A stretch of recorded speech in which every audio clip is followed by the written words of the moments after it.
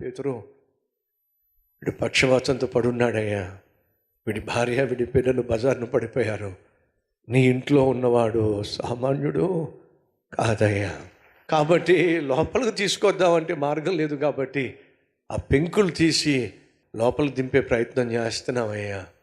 పేతురు చూసి, అవునా, సరే కానివ్వండి, లోపల ఉన్నవాడు సామాన్యుడు కాదు, కానివ్వండి. యేసు వాక్యాన్ని బోధిస్తూ ఉన్నాడు.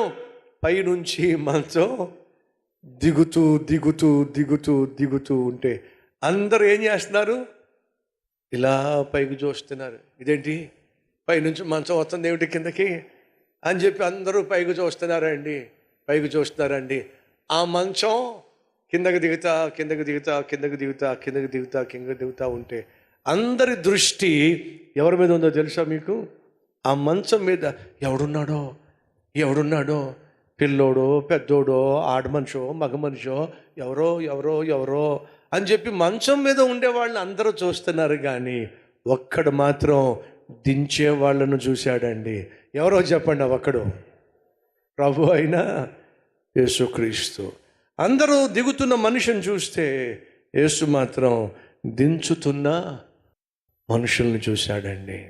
నశించిపోతున్న వారిని ప్రభు సన్నిధికి నడిపిస్తే నా ప్రభు నిన్ను చూస్తాడు. అర్థమవుతుందా? 10 మంది బాగుపడాలి అని చెప్పి వారి గురించి నువ్వు బాధపడుతున్నప్పుడు, వాళ్ళ పట్ల నీకు భారం ఉన్నప్పుడు, వారి పట్ల నీకు బాధ్యత ఉన్నప్పుడు, వారిని ప్రభు సన్నిధికి నడిపించాలని నువ్వు తప్పిస్తున్నప్పుడు పరలోకము నుండి దేవుడు నిన్ను చూస్తాడు. నమ్మిన వాళ్ళు ఏం చేశారు? మౌనంగా ఉండలేకపోయారు. మరి నీ సంగతి ఏమిటి?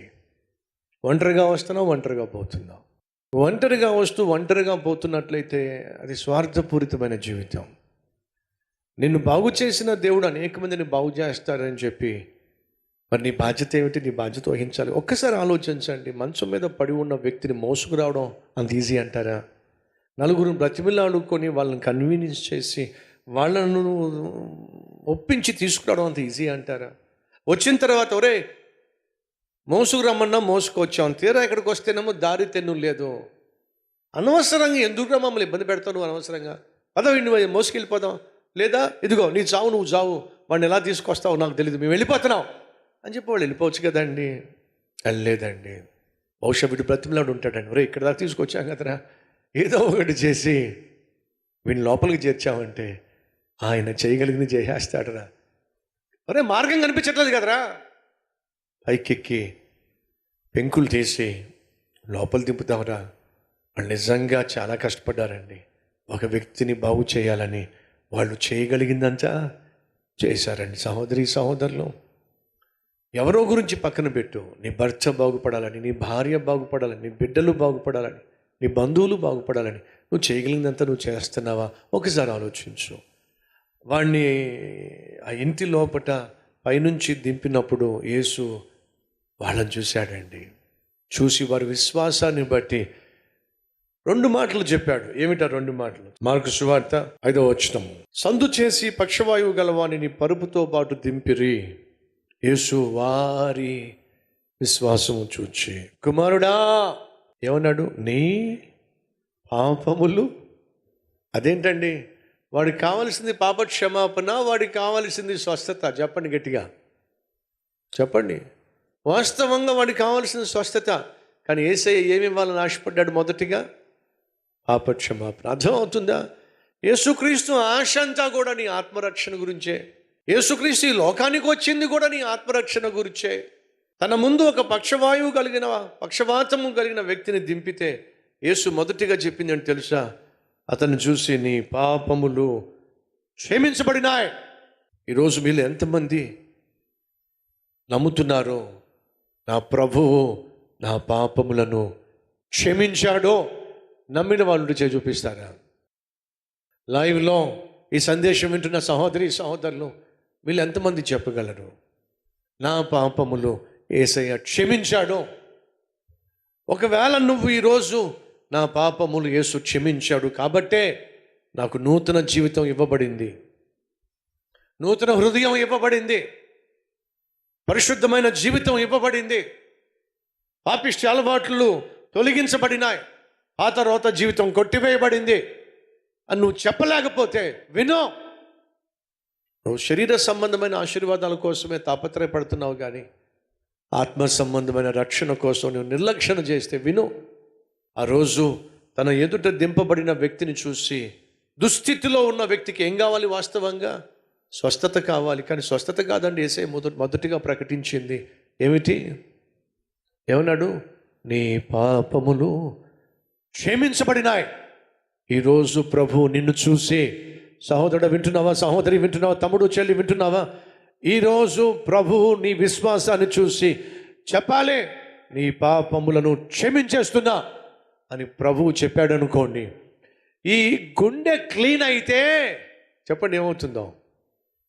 ఈ గూడు కూడా క్లీన్ అవుతుందండి. ముందు ఏది కావాలి? క్లీను గుండె, ఆ తర్వాత ఈ గూడు. కానీ మనకేమిటి? దీని సంగతి మాకు వదిలేసే ప్రభువా, అది ఎప్పటికీ బాగుపడదు, అది మంచిది కాదు, వదిలేసేయి. ఇది మాత్రం ఈ చెయ్యి లేవట్లేదు ప్రభా, లేపు. ఈ మెడ తిరగట్లేదు ప్రభా, తిప్పు. ఇది కాదండి నీకు నాకు కావాల్సింది. ముందు ఇది బాగుపడాలి. మొదటిగా పాపములు క్షమించాడు. పాపములు క్షమించబడిన తర్వాత అతనిని చూసి ఏమన్నాడో తెలుసా? పక్షవాయువు గల వారిని చూచి నీవు లేచి నీ పరుపెత్తుకొని ఇంటికి వెళ్ళు. మొదటిగా పాపములు క్షమించాడు, 2 స్వస్థతనిచ్చాడు, 3 ఏమన్నాడు తెలుసా? నువ్వు బాగుపడ్డావు కదా, నువ్వు స్వస్థ పొందుకున్నావు కదా, మొదటిగా నీ పాపాలు క్షమించబడినాయి కదా, నీ శరీరం స్వస్థపరచబడింది కదా, మళ్ళీ బారన్ రెస్టారెంట్కి వెళ్ళకే, నీ భార్యను బాగా చూసుకో, నీ బిడ్డలను బాగా చూసుకో, వాళ్ళను కూడా నా మందిరానికి నడిపించు. బాగుపడిన నువ్వు, సహోదరి వింటున్నావా?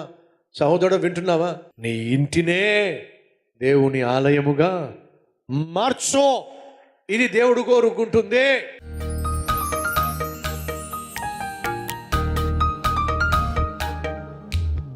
బాగుపడిన మేము అనేక మందిని బాగు చేసేటటువంటి నీ బిడ్డలాగా ఆయన మా జీవితాలు ఉండాలి. మా గుండెల్లో ఆయన పరిశుద్ధత ఉంటే ఈ గూడు కూడా బాగుపడుతుంది అయ్యా. ముందు మా గుండెను బాగు చేయి అయ్యా. అయ్యా మా గుండెను బాగు చేయి, మా గృహాన్ని బాగు చేయి నాయనా.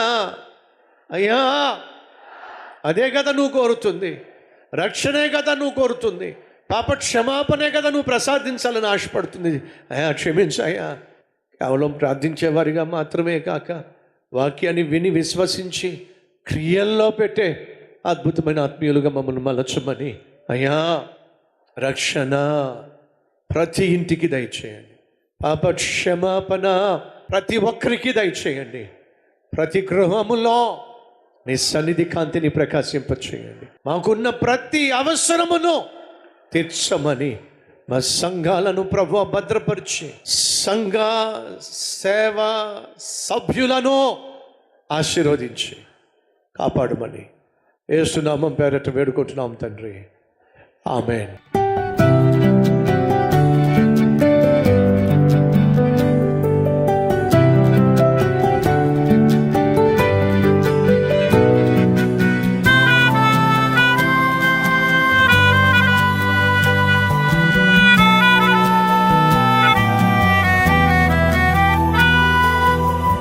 ఈ సందేశం మీకు ఆశీర్వాదకరంగా ఉన్నట్లయితే 10 మందికి షేర్ చేయండి, లైక్ చేయండి, మంచి కామెంట్ పెట్టండి. మళ్ళా రేపు కలుసుకుందాం. సరే.